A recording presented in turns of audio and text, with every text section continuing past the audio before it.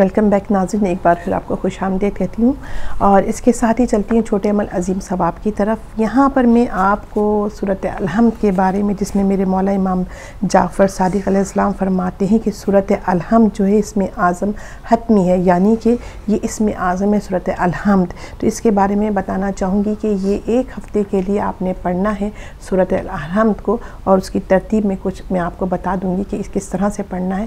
اور سورۃ الحمد کو آپ نے جمعرات کے دن سے شروع کرنا، اور یہ حاجت کے لیے، اور کوئی کسی بھی قسم کی آپ کی حاجت ہو، کچھ بھی ہو، تو آپ اس کو شروع کیجئے گا اور اس جمعرات سے شروع کیجئے گا۔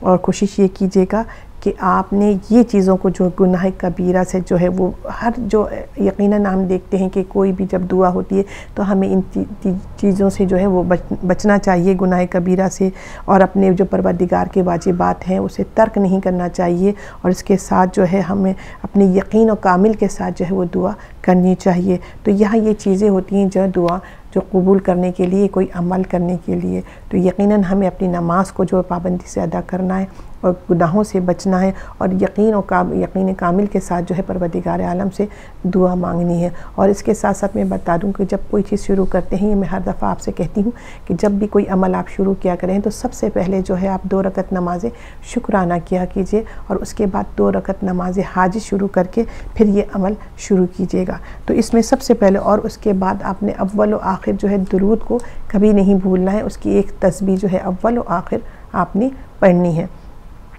تو یہاں جمعرات سے آپ نے یہ جو ہے وہ شروع کرنا، اور ایک ہفتے کے لیے ہے۔ تو نماز صبح کے بعد آپ نے، جمعرات والے دن کی بات کر رہی ہوں، نماز صبح کے بعد آپ نے 21 مرتبہ 21 ٹائمز جو ہے وہ آپ نے الحمد جو ہے وہ پڑھنی ہے۔ 21 ٹائمز آپ نے صبح کی نماز کے بعد جمعرات کے دن، تھرسڈے کے دن آپ نے یہ الحمد کو پڑھنا ہے۔ اور اس کے بعد نماز ظہر کے بعد آپ نے 22 مرتبہ 22 ٹائمز 22 مرتبہ آپ نے پڑھنا ہے، وہ جو ہے نماز ظہر کے بعد۔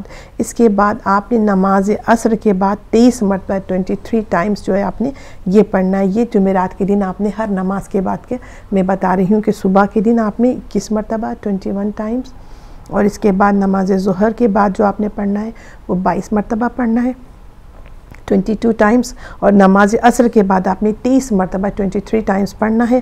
نماز مغرب کے بعد آپ نے 24 مرتبہ 24 ٹائمز جو ہے وہ پڑھنا ہے، اور نماز عشاء کے بعد آپ نے 10 مرتبہ، نماز عشاء کے بعد آپ نے 10 مرتبہ 10 ٹائمز جو ہے الحمد کو پڑھنا ہے۔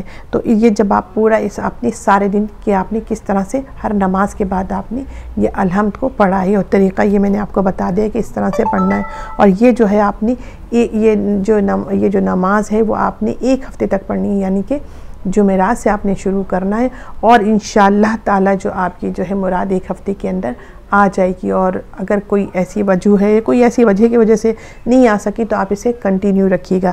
لیکن جب آپ یہ جب پڑھنے ہوں، جب سورۃ الحمد کی جو 2 آیتیں الرحمن الرحیم اور ایاک نعبد و ایاک نستعین جب پہ پہنچا کریں، تو اپنی جو حاجت ہے اس کو آپ نے اس حاجت کو ذہن میں رکھنا ہے۔ جو بھی آپ کی حاجت ہے، 2 آیتیں الحمد کی الرحمن الرحیم اور ایاک نعبد و ایاک نستعین، ایاک نعبد و ایاک نستعین کو جب پہنچا کریں آپ، تو اپنی جو بھی حاجت ہے وہ ذہن میں رکھا کریں کہ میں اس وقت مقصد کے لیے یہ عمل کر رہی ہوں۔